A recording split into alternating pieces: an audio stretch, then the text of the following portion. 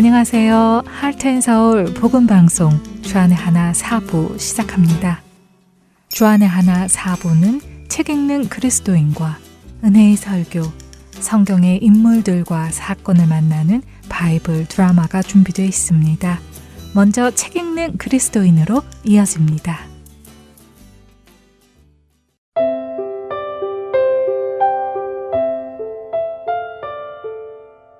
애청자 여러분 안녕하세요.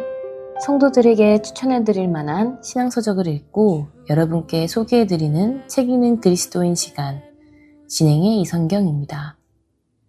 책 읽는 그리스도인 카일 아이들먼 목사가 쓰신 팬인가 제자인가 Not a Fan이라는 책을 나누고 있습니다. 대가를 치르다 라는 말이 있습니다. 어떤 것을 얻기 위해 혹은 어떤 일을 이루기 위해 치르는 비용이나 희생을 의미하죠. 한자로 보면 대신할 때 혹은 바꿀 때 자와 같이 가라는 단어의 조합으로 무언가를 대신하여 지불하는 값이라는 의미를 가지고 있습니다. 세상 사람들은 자신들이 얻고자 하는 것을 얻기 위해 많은 대가를 치릅니다. 그런 일 중에는 우리가 쉽게 이해가 안 되는 것들도 있지요. 예를 들어 유명 브랜드 운동화인 나이키의 경우 180만 달러에 팔리기도 했습니다. 누군가 운동화 한 켤레에 180만 달러라는 대가를 치르고 그 운동화를 소유한 것이지요. 아마 대부분 우리는 얼마나 대단한 운동화기에 180만 달러라는 상상을 초월한 돈을 지불할까 하는 생각을 할 것입니다. 생각해보면 그 돈을 지불하고도 그 신발을 사는 사람은 자신에게 그 신발이 그 정도의 대가를 치를 가치가 있기 때문일 것입니다. 그 가치가 없는 사람은 그 가치를 치를 마음이 없지요. 어떤 것에 대한 가치를 모르는 사람은 가치를 아는 사람들이 그 가치를 위해 투자하는 것을 볼 때 공감을 하지 못합니다. 방금 말씀드린 100만 달러가 넘는 신발의 가치를 공감하는 사람들은 별로 없을 것입니다. 신발의 가치를 두는 몇몇 사람들만의 이야기일 것입니다. 그런데 천국은 어떨까요? 여러분은 천국의 가치를 아시나요? 여러분은 천국을 얻기 위해 얼마를 치를 마음이 있으신지요? 어쩌면 여러분 중 어떤 분은 천국을 얻기 위해 무언가를 지불해야 한다고? 그게 무슨 말이야? 천국은 값없이 주어지는 하나님의 선물이야. 라고 말씀하실 분도 계실 것 같습니다. 하지만 과연 그럴까요? 먼저 천국이 무엇인지 잠시 정리해 보아야 하겠습니다. 천국은 무엇인가요? 그것은 하나님의 나라입니다. 하나님이 계시는 곳이죠. 온전한 하나님, 죄와 구분되시는 거룩한 하나님이 계시고 통치하시는 나라입니다. 그곳에는 아주 미세한 보이지 않는 죄라 하더라도 존재할 수가 없습니다. 그런 죄가 존재할 때에 이미 그곳은 거룩하지 않기 때문이지요. 그렇기에 성경의 말씀처럼 어느 누구도 하나님의 영광에 이를 의를 가진 사람이 없습니다. 그렇기에 그 천국은 돈으로 살 수 없고 그 어떤 죄인의 선한 행위로도 살 수 없으며 그 어떤 죄인의 외로움으로도 얻을 수 없는 것입니다. 바로 이런 이유로 그 길을 온전하신 의인이신 예수님께서 십자가에서 죽으심으로 열어주셨고 오직 그 예수님을 통하여만 하나님 아버지께로 갈 수 있게 된 것이지요. 그래서 천국은 우리의 행위나 의로움으로 가는 것이 아니라 그 길을 열어주신 하나님의 은혜와 예수님의 희생으로 갈 수 있게 된 것입니다. 하지만 이 말씀이 우리가 아무것도 지불하지 않고 갈 수 있다는 말씀은 아닙니다.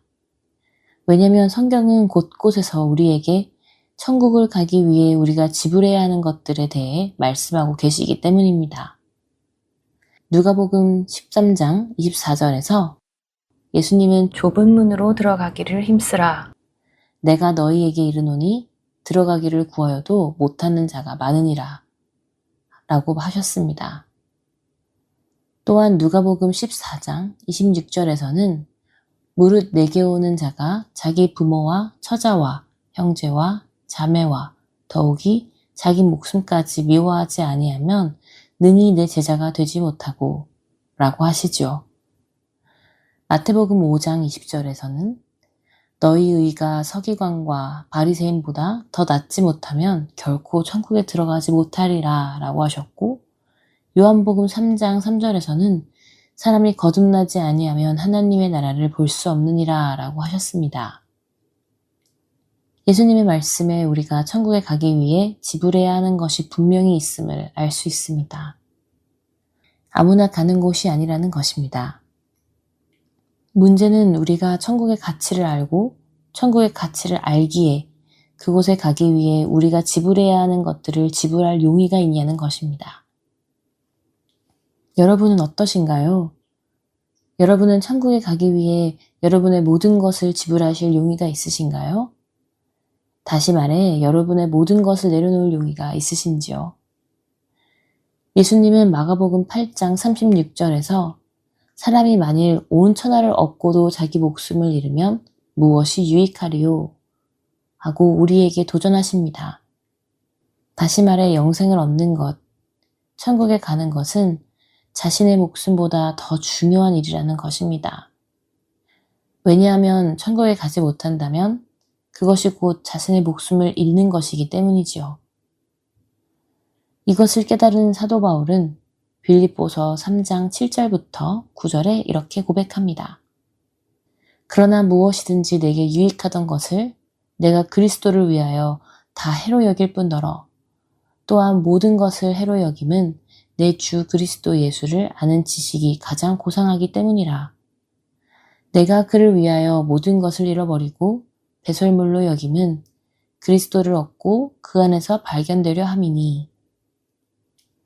우리는 가장 사랑하는 예수님과 영원히 동행하기 위해 예수님을 따르는 참된 제자가 되기 위해 진정한 가치를 얻기 위해 떠나야 하는 곳을 떠나고 포기해야 할 것을 포기하는 대가를 치루어야 합니다.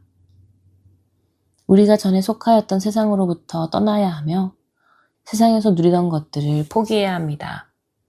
그것은 사랑하는 가족이 될 수도 있고 열심히 이룩한 멋진 커리어나 지위, 혹은 나에게 즐거움과 만족을 주었던 죄악된 행동, 가치관, 목표, 기호가 될 수도 있습니다. 만약 예수님과의 온전한 연합과 예수님이 아닌 나에게 소중한 다른 것들, 이 중 선택하지 못하고 망설이며 세상에 계속 속한 채 남아있게 된다면 결국 우리는 예수님과 영원히 함께하지 못하게 될 것입니다. 예수님을 따르는 대가는 예수님만 사랑하기 위해 나의 모든 것을 포기하는 것에서 그치지 않습니다. 우리에게 가족과 자신을 미워해야 한다고 하신 말씀은 우리가 도리어 그들로부터, 세상으로부터 미움을 받을 각오를 하라는 말씀으로 이어집니다. 예수님께서는 자신이 먼저 직접 가신 그 십자가의 길을 제자들에게도 따라와야 한다고 말씀하십니다. 이 말씀은 예수님을 믿고 따르기로 결단한 우리 모두에게 해당되는 말씀입니다. 칼 아이들먼 목사님은 예수님이 누구와도 우리의 사랑을 나누지 않겠다고 하신 것은 단순히 우리의 사랑을 받기만 하시겠다는 것이 아니라 그분의 절대적인 사랑을 우리에게 쏟아주시겠다는 뜻이라고 상기시켜 주십니다. 예수님과 우리가 깊고 친밀한 사랑의 관계를 맺으며 동행할 때 주님께서는 우리가 넉넉히 십자가를 지고 그분을 따를 수 있도록 힘주실 것입니다. 그리고 후에는 우리가 치룬 대가에는 비교도 할 수 없는 보상이 따라올 것입니다. 헤아릴 수 없는 하나님의 전적인 사랑, 예수 그리스도와의 아름다운 연합, 영원한 천국에서 누리게 될 생명과 기쁨.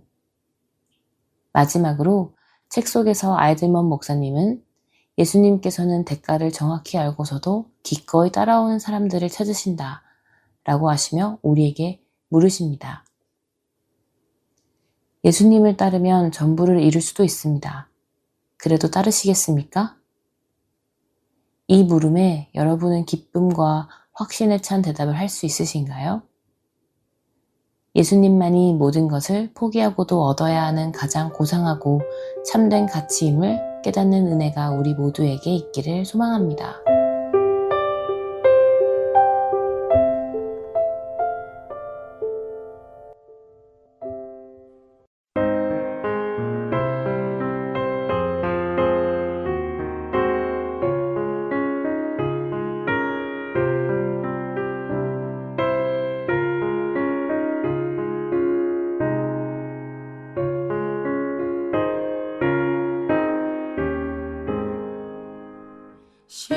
십자가를 질 수 있나 주가 물어보실 때 죽기까지 따르오리 성도 대답하였다.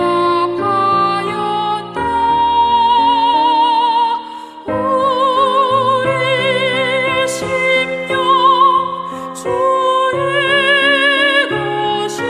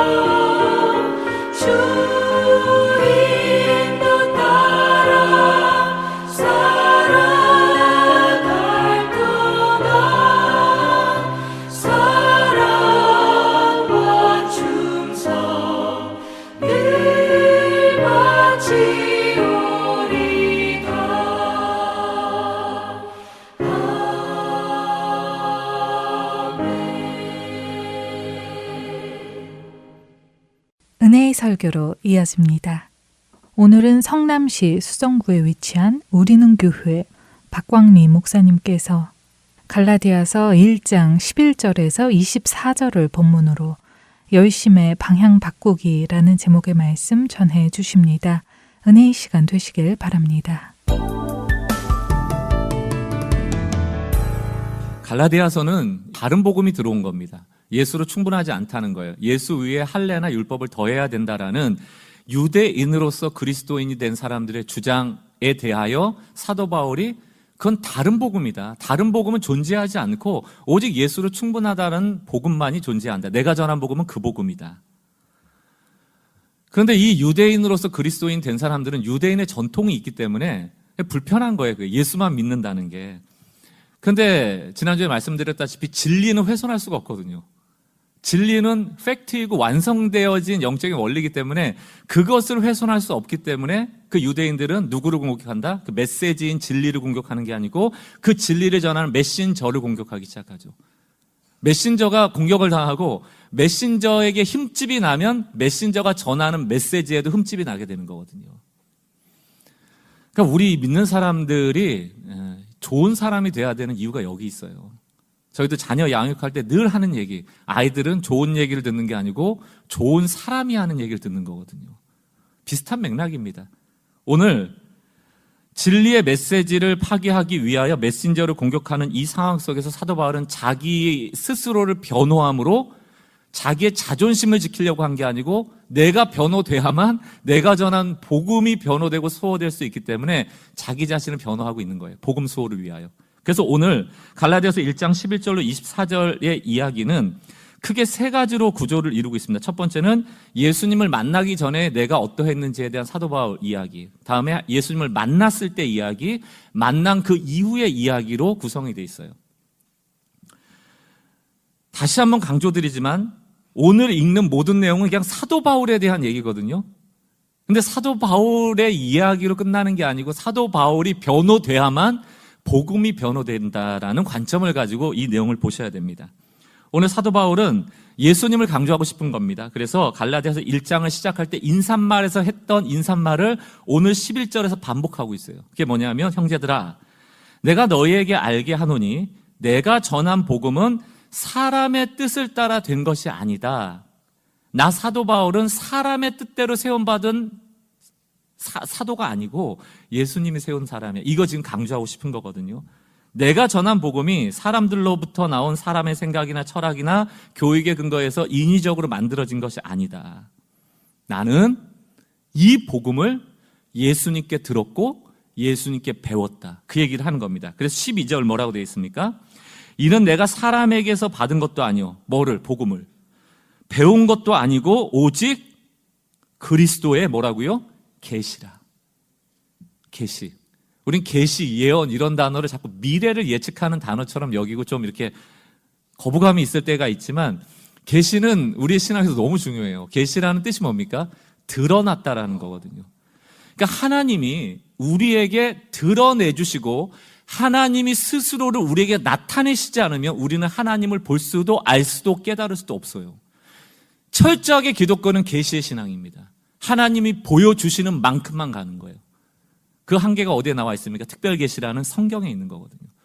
성경만큼만 가는 겁니다, 신앙은. 여기에 더하거나 빼서는 안 되는 것이죠. 지금 계시라는 단어를 쓴 이유가 뭐냐면 사도 바울이 나 사람한테 배운 거 아니야. 인위적으로 내가 깨달은 거 아니야, 만들어낸 거 아니야. 이거는 그리스도께서 직접 나에게 나타내신 거야. 그래서 이 복음은 내가 깨달은 나의 복음이 아니고 예수 그리스도를 위한 그분의 복음이야. 그 얘기를 계속합니다. 복음의 기원이 누구에게 있다? 예수께 있다. 그 복음의 기원에 대한 이야기를 하는 겁니다. 그래서 복음은 인간의 해석을 요하지 않습니다. 우리의 분석을 요하지도 않고요. 거기에 무엇을 추가하거나 빼야 될 필요가 없어요. 복음 자체로 복음됨을 증명합니다. 하나님의 은혜가 이 복음을 증명하는 거고 예수 그리스도의 십자가가 이 복음을 증명하는 거예요. 예수님이 완성하셨다는 얘기입니다. 이 복음은 계시로 이루어진 것임을 선언하는 거죠. 오늘 21절부터 20절까지 내용이 다 이 내용이에요. 세 가지 이제 시점을 가지고 저희가 보고 이 안에서 우리가 무엇을 적용해야 되는지에 대한 적용점을 좀 보려고 하는데 먼저 본문을 이 세 가지 시점에서 좀 우리가 살펴보려고 합니다. 첫 번째는 예수님을 만나기 이전의 사도 바울에 대한 이야기를 해요. 원래 사도 바울은 유대인 중에서도 가장 율법을 까다롭게 지켰던 바리새파인이었습니다. 갈라디아서 1장 13절을 세 번역으로 보면 이렇게 되어 있습니다. 13절. 내가 전에는, 어떤 전이에요? 회심하기 전에, 예수를 만나기 전에는 유대교에 있었는데 그때 한 행위가 어떠했는지를 여러분 이미 아실 겁니다. 나는 하나님의 교회를 그냥 박해하지 않았어요. 어떻게 박해했습니까? 몹시 박해했고, 나는 그 교회를, 그리고 예수 믿는 사람을 없애려고 했습니다가 아니에요. 아주 없애려고. 개역개정에는 진멸하려고 했다. 아예 씨를 말리려고 했다고요. 매우 무자비하고 폭력적이고 잔인했던 사람입니다. 이유가 뭐예요? 지금 사도 바울의 심기를 건드린 겁니까? 아니에요. 하나님의 영광을 위해서 이렇게 한 거예요. 사도행전 26장에는 무슨 내용이 나오는가 하면 자기가 과거의 죄인 중에 괴수였음을 드러내기 위해서 자기 고백을 하는 장면이거든요. 나도, 사도 바울도 나사렛 예수의 이름을 대적하여 많은 일을 행하여 될 줄로 스스로 생각하고, 누구로서? 유대인으로서. 하나님의 영광을 위해서 예수 믿는 사람 잡아 죽이는 게 하나님의 영광을 위하는 길로 생각했다는 겁니다. 10절. 예루살렘에서 이런 일을 행하여 대제사장들에게 권한을 받아 가지고 많은 성도를 옥에 가두고 또 그들을 죽이려고 결정하는 투표에 찬성표를 던졌다는 얘기입니다. 예수 믿는 사람 중에 저 사람 죽이자 할 때 찬성. 살인자예요. 사도 바울의 찬성표 때문에 순교당한 사람들이 있었다는 얘기입니다. 이유가 뭡니까? 종교적 이유예요. 이 옥에 가두고 핍박하고 사람을 죽이는 일까지 서슴지 않은 것이 하나님께서 기뻐하시는 일이고 내 신앙이 깊다는 표현이었다는 얘기예요. 그래서 오늘 갈라디아서 1장 14절을 세 번역으로 보시면 나는 내 동족 중에, 유대인 중에 나와 나이가 같은 또래의 많은 사람보다 유대교 신앙이 앞서 있었으며, 어떤 정도로? 사람을 죽일 정도로. 내 조상들의 전통을 지키는 일에도 열성적이었다? 아니요. 훨씬 더 열성적이었다. 여러분, 이 지금 사도 바울이 열성을 낸 것이 무엇이냐면 하나님이 우리에게 주신 사랑의 근간 율법이 아니에요. 정확히 표현되어 있습니다. 내 조상들의 전통을 지키는 일에 열심이었다. 전통이라는 게요, 긍정적으로 쓰일 때는 어떤 조직이나 기반을 유지하는 데 귀하게 사용되지만 부정적으로 쓰여질 때는 이건 고집이 되고 편견이 되고 아집이 되고 기득권이 되고 조금도 자기의 입맛이나 자기의 기호에 맞지 않으면 포용하지 않는 게 돼요. 그럼 굳어진 전통에 너무 빠져있는 사람들이에요. 진부한 신앙이라고 말씀드렸잖아요. 진부가 무슨 뜻이에요? 썩은 고기를 내놓는데 자랑하는 거예요. 썩은 고기를 어떻게 자랑을 합니까? 그런데 그 진부함을 자기는 잘하는 일이라고 여기면서 그 진부한 신앙을 지키려는 열심 때문에 결국 예수를 잡아 죽이는 일로 가는 것이고 다른 복음을 허용하게 된다는 거예요. 예수님도 똑같이 얘기하시죠. 바리새인을 향하여 신랄하게 비판하십니다. 그 핵심을 요약하면 두 가지. 하나는 너희 전통을 지키는 그 조상들의 전통이 틀렸다. 첫 번째고요. 두 번째, 너희가 만들어 온 그 전통은 사람들에게 짐을 지우고 있다. 이게 두 가지예요. 예수님 뭐라고 산상수훈에서 얘기합니까? 너희는 예전에 뭐라고 들었다? 이웃은 사랑하고 원수는 미워하라 들었다. 너희 전통이 그거잖아. 근데 나는 너에게 새롭게 율법을 해석해 주노니 원수까지 사랑하라. 달라요. 다릅니다. 이 당시 유대인의 율법이 얼마나 복잡했는지 모릅니다. 왜 복잡해지냐면 간단해요. 교회가 복잡해지는 이유하고 똑같아요. 성경에는 예를 들어서 담배 펴라 마라 있어요, 없어요? 없죠? 근데 우린 피지 말자고 그러잖아요. 예를 들어서. 그 우리가 만든 법이란 말이에요. 성경에 나와요, 안 나와요? 안 나오죠. 그러니까 해석을 어떻게 합니까? 하나님이 성전처럼 여겨진 우리 몸에 그런 해로운 연기를 집어넣을 수 없다. 이런 게 이제 우리 해석이에요. 이런 것처럼 율법만 딱 놓고 보니까 실생활에서 일어나는 일에 대해서 선과 악을 구분하기가 너무 어렵죠. 그러니까 율법에 대한 해석을 적어놓기 시작합니다. 일종의 율법의 주석서들이에요. 근데 이 주석서만으로도 너무 부족한 거예요. 율법의 주석서를 다시 주석하는 주석서가 나옵니다. 이것도 너무 불안한 거예요. 율법에 대한 주석서에 대한 주석서에 대한 주석서가 나와요. 이게 탈무드예요. 율법에 대한 주석서 미드라시나 미슈나가 있었고요. 이거에 대한 해석서 게마라가 있었고요. 이 두 가지를 섞어서 탈무드를 만들었어요. 너무 불안한 거예요. 하나님한테 혼날까 봐. 제가 재밌는 예 들어드렸잖아요. 안식일은 언제부터 시작한다? 금요일 밤부터 시작한다? 금요일 밤이라는 기준은 시계가 없었던 시대는 우리가 있는 곳마다 다른 거예요. 그러니까 기준을 어떻게 세웠냐면 너가 있는 곳에서 해가 질 때 그때부터 밤이야. 근데 뭐 이렇게 농담하다가 혹은 뭐 이렇게 일하다가 해가 넘어가 버렸네? 그럼 율법을 어긴 게 되니까 얼마나 무서워요. 그러니까 주석을 다는 거예요. 야, 너 그렇게 게으르니까 너는 산 넘어갈 때부터 지키지 말고 산 꼭대기에 있는 나무 있지? 그 나무가 해가 딱 지나갈 때부터 지키면 돼. 그 다음부터는 안 불안해요. 또 그 산에 나무를 지나가 버릴 게 또 무섭잖아요. 그러니까 야, 그럼 이제 그 나무 두 번째 나무부터 세 번째, 다섯 번째 계속 만드는 거예요. 그게 지금 소위 장로들의 전통, 유전, 선조들에 대한 전통, 그런 것들입니다. 성경에는 어떤 예가 나와요? 고르반. 하나님께 드렸으면 부모는 봉양 안 해도 돼.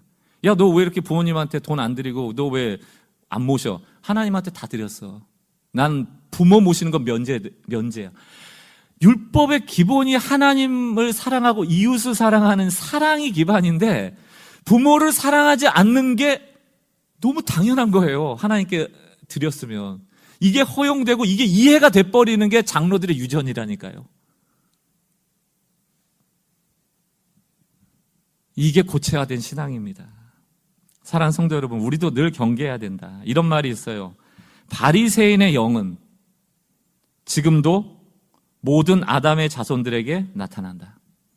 바리새인의 영이 뭡니까? 이 장로들의 전통을 따르려는 이 고집, 이것만 옳다는 고집, 그게 아담의 죄성을 가지고 있는 우리를 계속 공격하고 있다. 그럼 여러분, 죄성의 기반에 아주 뿌리 깊은 기저에는 뭐가 깔려 있을까요? 바로 자기애입니다. 나를 사랑하는 거예요. 나한테 유익이 되면 전통 편하잖아요. 해왔던 대로 하는 게 편하지 변화하는 게 편해요. 기득권자들은 하던 대로 하는 게 편한 거예요. 그게 기득권을 유지하는 방식이에요. 바꾸면 내 권한이 손상된단 말이에요. 싫은 거예요. 사도 바울이 이런 사람이었다. 이 전통 때문에 예수 믿는 사람 죽였던 사람이었다. 그러면 이 고집스러운 사람이 어떻게 바뀝니까? 사람이 바꿀 수 있어요? 여러분들이 예수 만나기 전에 사도 바울 만나면 여러분 그 사도 바울의 마음 바꿀 수 있겠어요? 못 바꿔요. 누구만 바꾼다? 하나님의 은혜만 가능하게 하는 거예요. 그게 두 번째 스토리입니다. 예수님을 만나게 됩니다. 사도 바울이.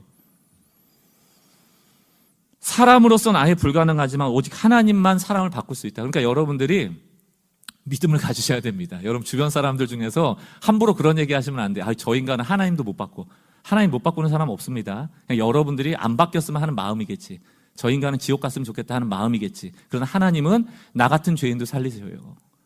내가 최악이거든요. 여러분 그렇게 생각하시면 됩니다. 복음을 이해할 때는 다른 사람 볼 필요 없어요. 내가 모든 인간 중에 최악이라고 보시면 돼요. 나도 살렸어. 그게 바로 사도 바울이 얘기한 나는 죄인 중에서 최고 꼴찌 괴수였다. 그 얘기입니다. 나의 자금을 알고 나의 죄됨을 알고 하나님의 크심을 알고 하나님의 은혜를 아는 것, 이 간극이 커지면 커질수록 신앙심이 깊어지는 겁니다. 이걸 줄이는 게 아니에요. 내가 더 자랑스러워지고 잘나지면 하나님 떠난다니까요. 이건 태고의 일회의 진리입니다. 여러분 돈 많아지잖아요. 하나님 떠나요. 여러분 성공하잖아요. 하나님 떠나요. 나는 예외다 없어요. 하나님 난 예외니까 돈 많이 줘보세요. 하나님 난 예외니까 성공시켜줘 보세요. 100% 떠납니다. 하나님은 그래서 우리같이 약한 자들을 들어 쓰시는 거예요. 하나님은 누구나 변화시킬 수 있다. 이게 복음의 메시지입니다. 그것을 깨달았던 사도 바울이 갈라디아서 1장 15절 뭐라고 얘기합니까? 그러나 내가 그 죄인이었는데 나 사람 죽이던 사람인데 내 어머니의 태로부터 나를 택정하시고, 다시 말하면서 이러한 사도 바울을 포기하지 않고 그를 택하시는 거예요. 마치 누구처럼? 우리들처럼, 여러분처럼. 그의 은혜로 나를 부르시니까. 우리가 은혜로밖에 우리의 구원을 설명할 수 없는 이유이기도 합니다. 우리는 사도 바울보다 나아요? 우리도 죄인이었을 때 하나님이 택하시고 은혜로 우리를 구원하시는 것이죠. 이 구원의 은혜가 오니까 사도 바울의 잘못된 열심이, 예수를 핍박하던 그 열심이 그의 삶의 방향이 바뀌기 시작하더라는 거예요. 바른 열정으로, 바른 열심으로, 목적 있는 삶으로.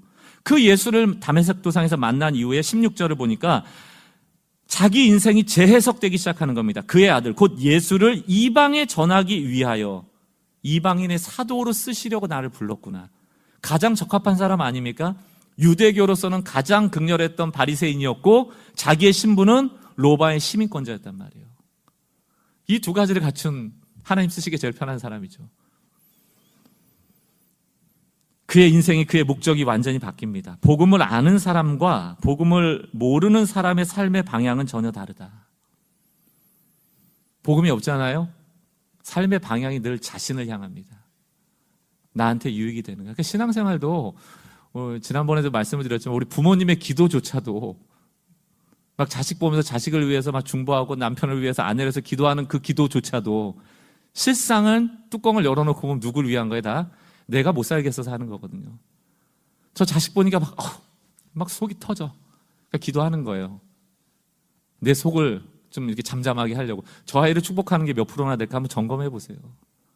그러나 복음이 들어가면 그 자녀 그 자체를 보게 돼요. 그의 이면을 보게 되고 그의 아픔을 보게 됩니다. 내가 살라고 하는 기도가 아니고 정말 그들을 살리는 기도가 나오기 시작해. 비로소. 그게 복음의 능력이거든요. 복음이 없으면 우린 누구나 할 것 없이 삶의 방향이 늘 자기를 향하게 됩니다. 그러나 사도 바울은 이제 이방인을 향한 사도로서의 목적을 갖게 되는 것이죠. 그리고 또 하나 주목해야 될 문장 16절에 후반절 보니까 뭐라고 되어 있습니까? 그를 내 속에 나타내시기를 기뻐했다 이렇게 되어 있어요. 근데 여러분, 하나님이 사도 바울에게 나타나실 때 기뻐할 만한 지금 조건이나 상황이 맞습니까?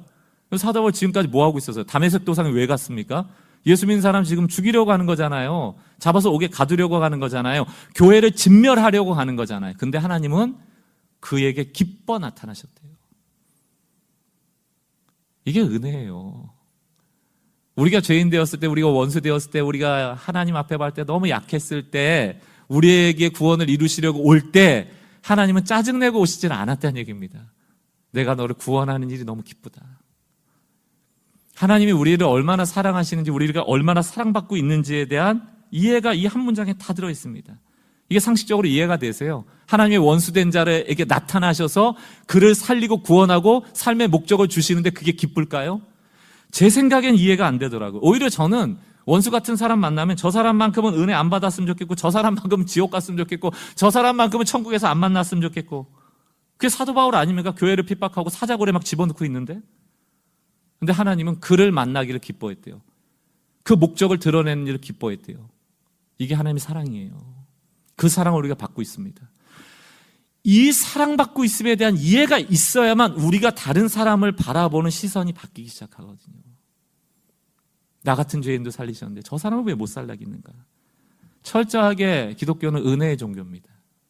내가 이루어낸 종교가 아니고, 내가 성취해낸 종교가 아니고, 하나님이 되게 하신 종교, 하나님이 만들어주신 그 은혜의 혜택을 누리는 종교예요. 이 은혜를 만나고 나니까 3번 예수님을 만난 이후에 사도 바울이 바뀌어요.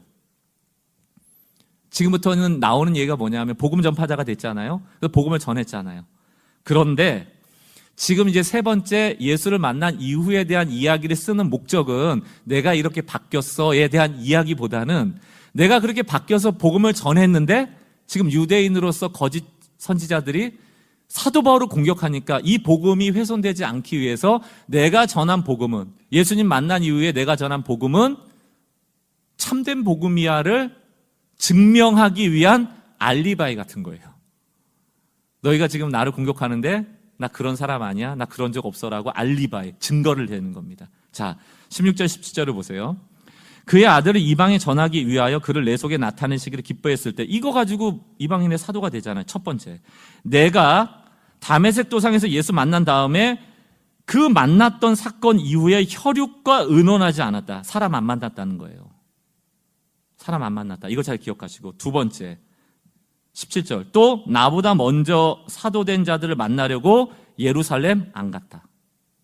세 번째, 아라비아로 갔다가 다메섹으로 갔다. 지금 무슨 얘기를 하고 싶은 건지 아세요? 나 예수님께 직접 이 복음을 들었어. 누구 만나서 상의한 적 없어. 누구도 안 만났어요. 12 사도한테 간 적도 없어. 그들과 내가 만난 복음을 나눈 적이 없어. 그들에게 배운 적 없어. 그리고 나는 아무도 없는 아라비아 광야로 갔고 그곳에서 3년이라는 시간을 보냈어. 그리고 내가 예수 믿는 사람을 잡아 죽이려고 했던 그곳 다메섹으로 들어가서 내가 받은 복음을 전했어. 그 얘기하는 겁니다.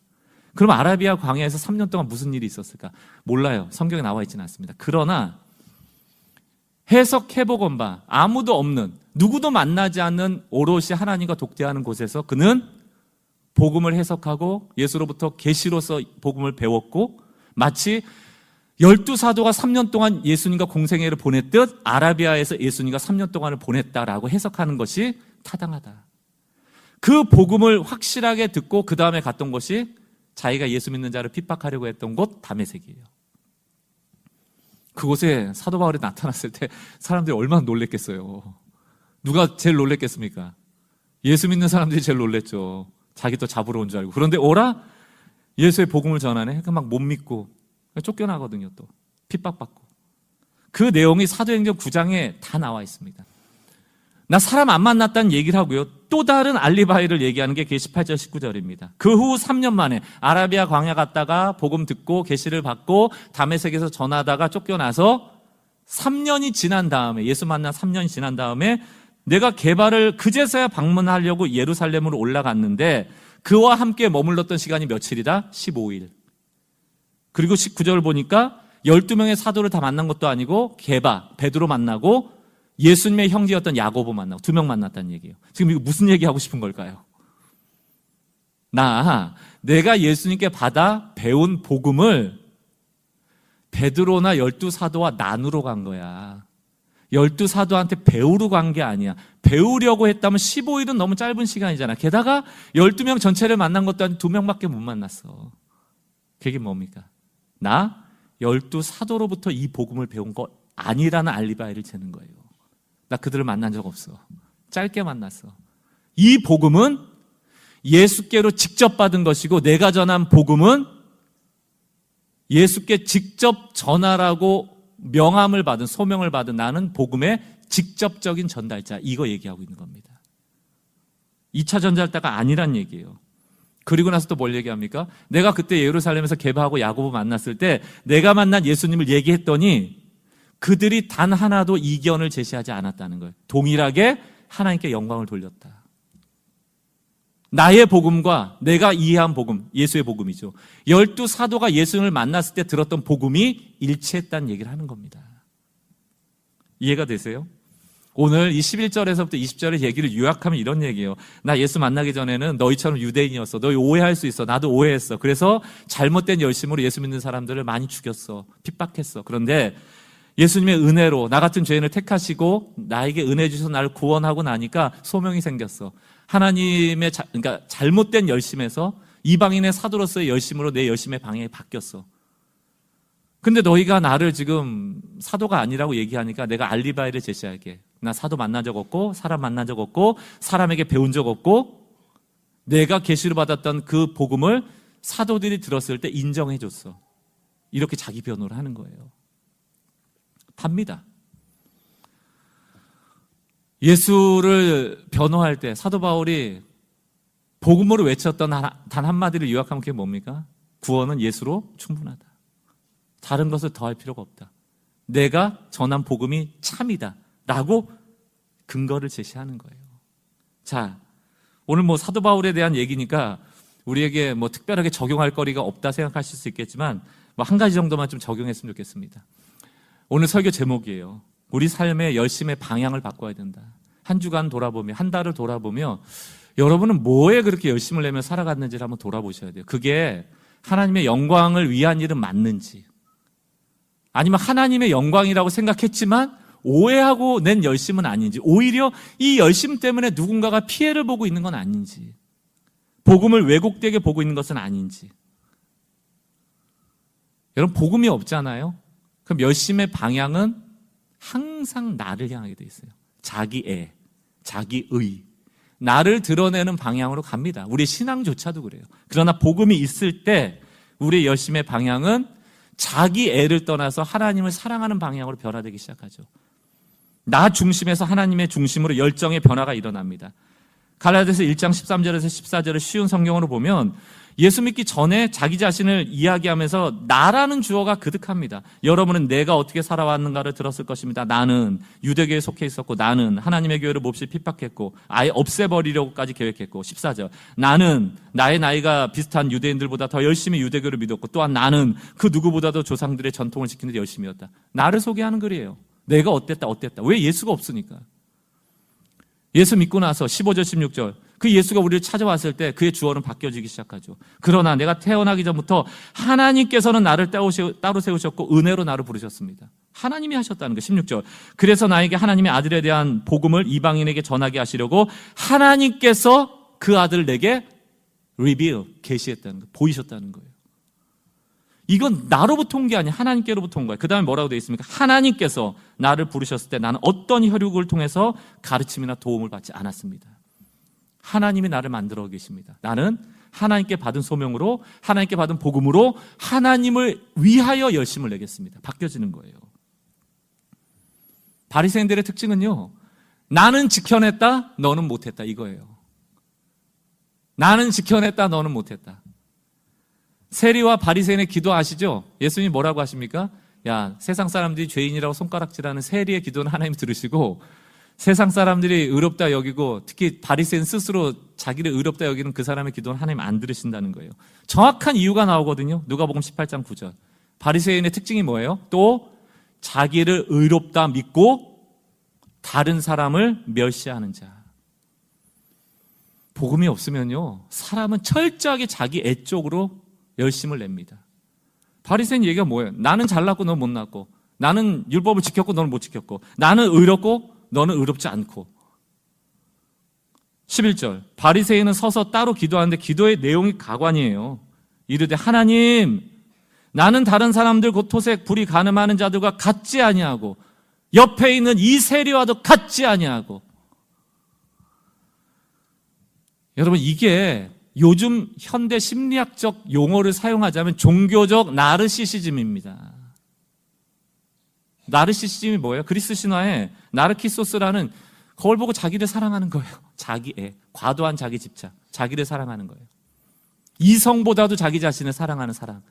그게 나르시시즘이거든요. 종교 안에도 이게 있어요. 바리새인들이 특히 그랬습니다. 자기만 드러나기를 원하고, 자기만 의롭고, 자기만 잘났고, 자기만 율법 지키고, 다른 사람은 다 틀린 거예요. 뭐에 근거해서? 전통에 근거해서. 그러니까 예수를 죽이는 일까지 가담하는 겁니다. 교회 안에도 이 종교적 나르시시즘이 늘 자기애를 부추기고 하나님의 영광보다는 자기의 영광을 취하려고 하거든요. 이 나르시시즘이 얼마나 이 현대사회에 문제가 되는지 병원에 가면요, 이 정신과 의학적으로도 규정이 되어 있습니다. 나르시시즘이. 제가 병원에 있는 걸 그대로 카피해와서 읽어드릴게요. 나르시시즘이 뭔가? 자기애성 인격장애, 자신의 재능이나 성취를 과도하게 과장함. 자기 잘났다는 얘기죠. 그리고 자기가 재능이 있음과 자기가 성취한 것을 인정받기를 원함. 자기만 탁월하기 때문에 특별한 사람만 자신을 이해할 수 있다고 착각함. 너가 나를 이해 못하는데 너가 좀 무능해서 그래. 내가 너무 탁월하지? 이해 못하는 거 이해해. 내가 너무 잘나서 그래. 이해해. 이런 거예요. 과도한 찬사를 요구함. 특권 의식으로 특별 대우받기를 원함. 타인을 시기하거나 타인이 자기를 시기한다고 믿는다. 이거 너무 웃기더라고요. 왜냐하면 자기보다 잘난 사람들을 막 시기하게 되고, 나르시시즘이라는 건 내가 탁월해야 되는데 나보다 더 탁월한 사람 보면 시기하거든요. 그러니까 그거를 역으로 생각하는 거예요. 저 사람이 좀 인사 안 하고 눈 안 마주치면 뭐라고 생각해요? 내가 너무 탁월하니까 나를 시기하는구나. 죄송합니다. 뭐 눈에는 뭐만 보이는 거예요. 거만하고 교만한 행동과 태도로 보인다. 이거 여러분 몇 가지나 되는지 한번 찾아보세요. 나도 혹시 나르시시즘 빠진 거 아닌가? 또 한 가지, 교회 안에서 일어날 수 있는 그런 내용이기도 한데요. 잘 들어보세요. 대인관계. 교회는 관계적이잖아요. 대인관계를 어떻게 하면 착취적이다, 이렇게 표현이 되어 있어요. 착취라는 게 뭔지 아세요? 자기 목적을 위해서 사람을 컨트롤하는 거예요. 이용하는 거예요. 통제하는 거예요. 여러분, 한국 교회는 소그룹이 굉장히 중요합니다. 좋은데 이게 너무 행복한 곳이기도 하고 지옥과 같은 곳이기도 해요. 소그룹에 가면 기도 제목 나누죠. 교회에 오니까 안심하고 자기의 기도의 제목을 내놓습니다. 일종의 치부거든요. 내 자녀가 이래. 다른 사람한테 얘기 안 했는데 집사님, 권사님 기도해 주세요라고 다 꺼내놓거든요. 여러분 그걸 들었으면 뭐 하면 되는 겁니까? 하나님께 드리면 되는 거예요. 기도하면 되는 거예요. 혹 하나님 마음 주시면 그들을 축복할 수 있는 일이 뭘까? 뭔가 도와줄 수 있는 일이 뭘까? 고민하고 도와주면 되는 거예요. 그러나 종교적 나르시시즘을 가진 사람들은 다릅니다. 하는 행동은 겉으로 똑같아요. 같이 기도해주고 같이 도와주고 같이 들어주고 같이 격려합니다. 그러나 목적이 달라요. 그들은 내가 도와주는 행위를 통하여, 내가 기도하는 행위를 통하여 그들에게 요구하는 게 있어요. 집사님, 힘들었을 때 내가 기도해줬잖아. 내가 도와줬잖아. 그때 밥 해줘줬잖아. 너 힘들었을 때 내가 죽 끓여다 줬잖아. 내가 너한테 얼마나 관심 많은지 몰라? 집사님, 나 배신하면 안 돼. 내가 힘들 때 똑같이 해야 돼. 왜 교회에 가해자는 없는데 피해자가 많은 줄 아세요? 자기 애가 충만한 사람들은 과도하게 사람에게 인정받으려고 행하고 그들에게도 그 보상을 원해요. 반대도 있습니다. 조금 자기보다 탁월한 사람들을 보면 관계를 맺고 그 사람과 친해지고 그 사람에게 의존하는 방식을 갖습니다. 전화해서 막 물어보고 좀 위로도 받고 했단 말이에요. 근데 어느 날 전화를 안 받아. 그럼 집사님 왜 전화 안 받아? 나랑 지금 뭐 내가 좀 모자르다고 나 지금 무시하는 거야? 뭐 이런 거예요. 근데 저는 요즘 강조하는 게 뭡니까? 의도 빼기잖아요. 왜 자꾸 의도 빼기를 하겠어요? 의도를 가지면 자기 애라는 방향으로 열심히 나와요. 내가 열심히 준비했는데 이 사람이 반응이 없어. 왜 괴로워요? 나를 사랑하니까 그런 거예요. 내가 칭찬받기를 원하니까. 이 의도를 빼고 나면 상관이 없어요. 나는 열심히 기도했고 준비했고 말씀대로 했고 그 다음은 성령의 역사인 거죠. 여러분이 아멘하고 안 하고 전 관심이 없습니다. 이 교회 5명이 와서 기도를 하든 1명이 와서 기도하든 상관없어요. 나 기도하러 오는 거예요. 왜 자꾸 이 몸부림치겠습니까? 복음이 다른 복음이 되지 않으려면 자기애를 이 자기와 싸워야 돼요. 예수 옆에 이것도 필요하고 저것도 필요하고 뭐도 필요하고 뭐도 필요하고 요구하기 시작하면 그게 다른 복음 되는 거고 다른 복음을 가진 교회가 되는 겁니다.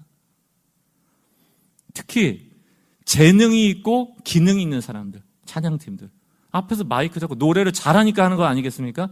음치인데 찬양팀 인도하는 분 혹시 보셨어요? 그 교회는 진짜 복음적인 교회인 거예요. 하나님께만 영광되도록, 진짜 하나님이 기뻐하시도록. 종교적 나르시스트였던 바리새인이나 그 유대인으로서 그리스도인들, 다른 복음을 추구했던 사람들의 틀에서 우리가 벗어나서 오직 예수로 충만하고 오직 예수로 충분하다는 고백 위에 다른 복음과 싸워서 오직 하나님을 향한 열심으로 살아가는 우리는 교회 성도 되시기를 주의 이름으로 축원합니다.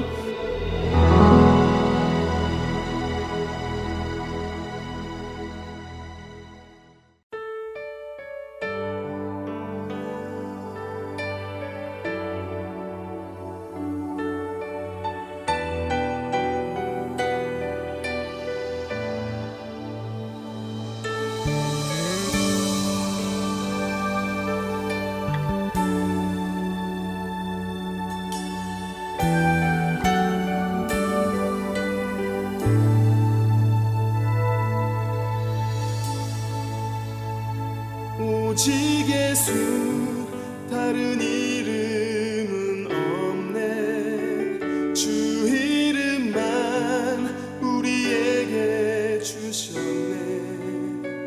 오직 예수 다른 이름 없네. 오 영광과 존귀 권세와 찬양 받으실 분 오직 주 예수. 오직 예수 다른 이름은 없네. 주 이름만 우리에게 주셨네. 오직 예수 다른 이름 없네.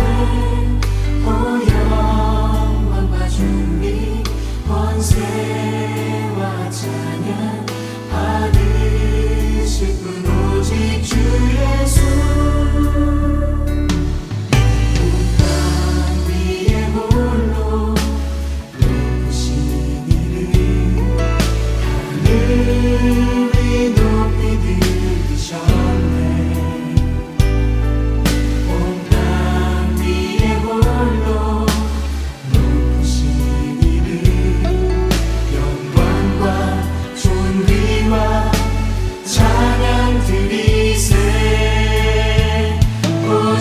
예수 다른 이름은 없네 주 이름만 우리에게 주셨네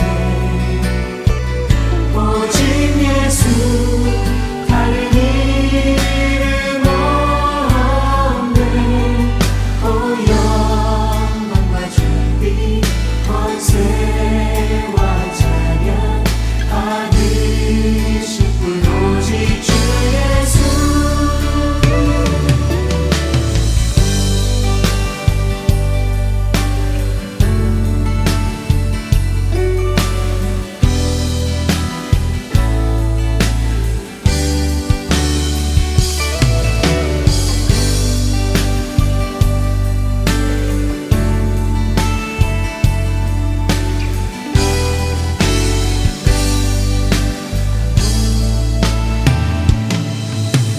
땅 위에 홀로 높으신 이름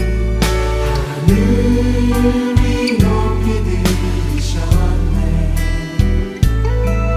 온 땅 위에 홀로 높으신 이름 영광과 존귀와 찬양 드리세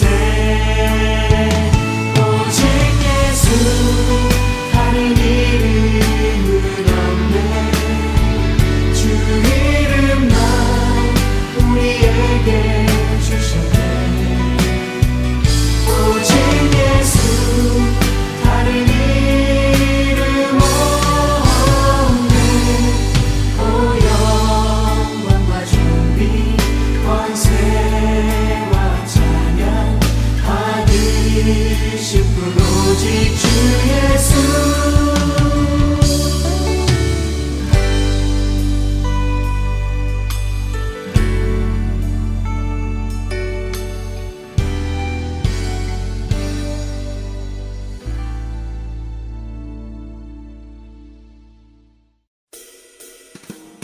지역마켓 및 여러 가지 한인업소는 복음을 전할 수 있는 선교의 좋은 통로입니다.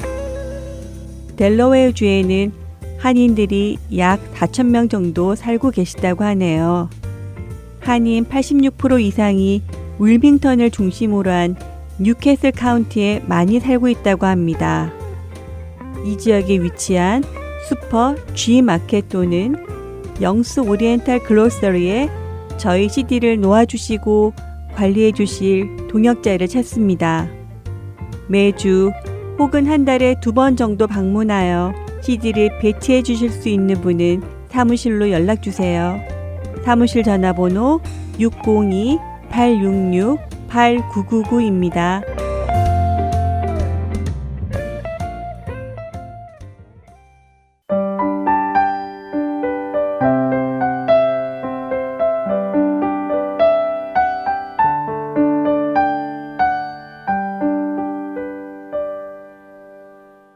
성경 속의 인물들과 사건을 만나는 바이블 드라마로 이어집니다.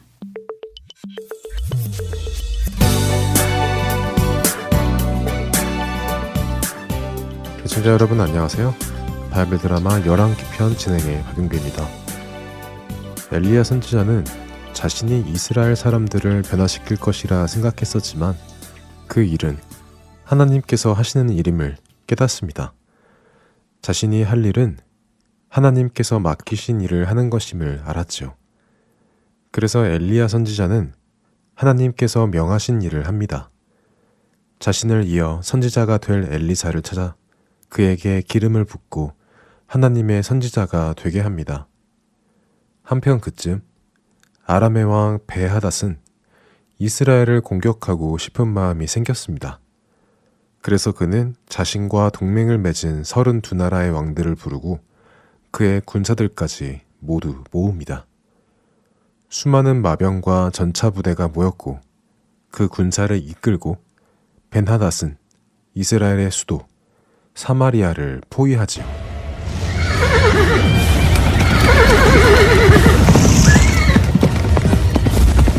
자, 이 엄청난 군대를 몰고 왔으니 이스라엘의 왕 아합은 이제 오금도 펴지 못하고 덜덜 떨고 있을 것이다. 이복의 장군, 어서 저 성 안에 숨어있는 쥐새끼 같은 아합에게 너의 모든 금과 은, 그리고 아름다운 아내들과 자녀들까지 모두 나에게 바치도록 하라 라고 전해라. 네, 왕이시여. 아람의 장군은 벤하닷 왕의 전가를 가지고 사마리아 성 안으로 들어갔습니다. 그리고 벤하닷 왕이 한 말을 그대로 전했지요. 그러자 아합 왕이 대답했습니다. 아이고, 벤하닷 왕께서 그렇게 원하신다면 드려야죠. 드리고 말고요. 제 목숨만 살려주신다면 저의 모든 것을 드리겠습니다. 부디 가셔서 그렇게 전해주십시오, 장군님. 아합의 답변을 가지고 장군은 기쁜 마음으로 돌아와서는 베나닷 왕에게 보고합니다. 베나닷 왕이시여, 역시 왕의 권세는 하늘을 찌르십니다. 왕의 말씀을 전하였더니 저 겁쟁이 아합이 덜덜 떨며 자신의 목숨만 살려주신다면 모든 것을 드리겠다고 했습니다. 하하하하, 그래. 그놈이 내가 무서운 줄을 아는구만. 하긴 이렇게 많은 마병과 군사들, 그리고 나의 동맹국들까지 왔으니 감히 싸울 생각을 할 수 없는 것이 당연하지. 가만히 있어보자. 이거 내가 너무 쉬운 것을 요구했나? 아합이 이렇게 쉽게 자신의 것을 내준다고 하는 것을 보니 왠지 너무 허무하군. 이북애들, 자네들도 뭐 좀 챙겨가야 하지 않겠나? 베나닷은 자신의 신하들에게 물었지요. 그러자 신하들이 이구동성으로 답했습니다. 아이고, 이 하늘 같은 베나닷 왕의 은혜에 몸둘 바를 모르겠습니다. 이 왕께서 저희 같은 신하들까지도 신경을 써주시니 성은이 만극하옵니다요.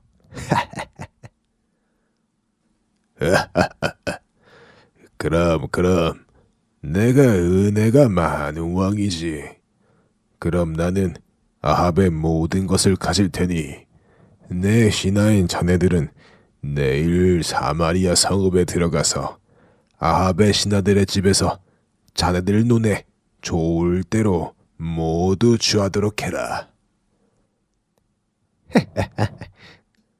감사합니다, 베나닷 왕이시여. 장군은 어서 다시 가서 겁쟁이 아합에게 엄포를 좀 놓도록 해라. 내일 나의 신하들이 아합의 신하들의 집에 가서 마음에 드는 모든 것들을 가지고 갈 테니 준비시키라고 말이다. 네, 왕이시여. 본부대로 하겠나이다. 아람의 왕 베나닷의 장군은 다시 아합 왕을 찾아갔습니다. 그리고 베나닷의 말을 전했지요. 아니, 뭐시라고요? 신하들까지 오셔서 원하는 대로 모두 가지고 가시겠다고요? 이런... 잠시만 시간을 주시오. 아합은 급히 북이스라엘의 장로들을 불러 상의를 하였습니다. 이것들 보시오. 내가 베나닷 왕이 요구한 대로 금과 은과 모든 것을 주겠다고 했는데도 베나닷 왕이 한술 더 떠서 이제는 자신의 신하들까지 우리 성읍으로 들어와 원하는 모든 것을 가지고 가겠다고, 이러니 어찌하여 하겠소? 그렇게 하라고 해야겠소? 여러분의 생각은 어떠시오? 왕이시여, 아니되옵니다. 그것은 절대 아니되옵니다.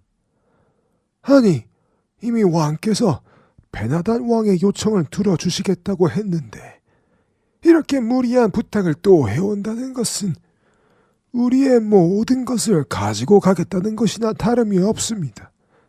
그리고 왕께서 이번의 요청도 허락하신다고 해서 저 베나다 왕의 마음이 어떻게 변할지 또 어떻게 알겠습니까?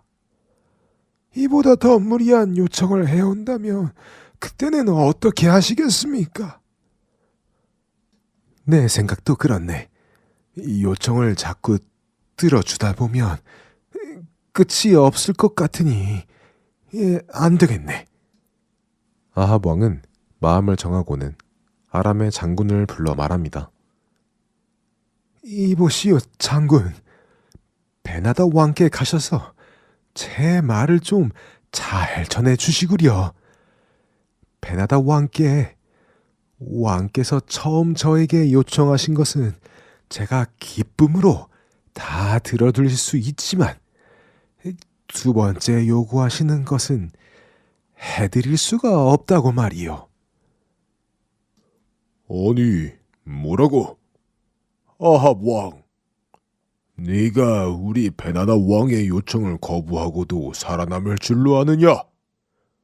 내 마음 같아서는 너를 당장 목을 치고 싶지만 일단은 잠시 참고 베나다 왕께 너의 불충을 말씀드리고 그분의 명령을 따라 내가 너의 목을 칠 것이다. 잠시만 기다려라. 아람의 장군은 화가 나서 씩씩거리며 베나다 왕이 머물고 있는 장소로 돌아갑니다. 아합 왕이 베나다 왕의 요청을 거부했다는 소식을 듣고 베나닷은 어떤 결정을 내릴까요? 바이블 드라마 열왕기편 다음 시간에 계속됩니다. 안녕히 계세요.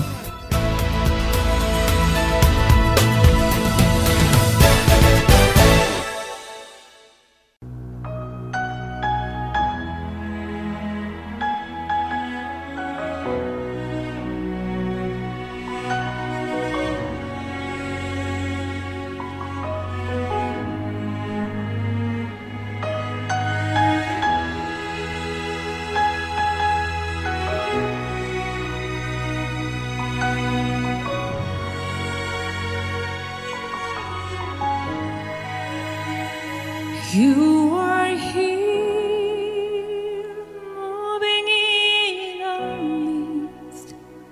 I worship you, I worship you. You are here, working in this place. I worship you, I worship you. You are here, moving in our midst.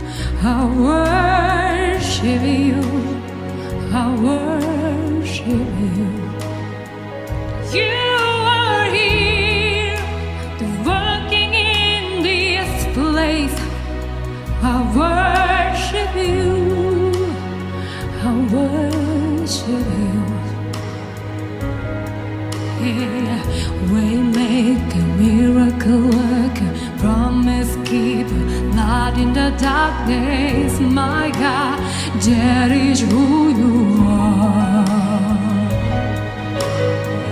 Waymaker, miracle worker, promise keeper, light in the darkness, my God, that is who you are.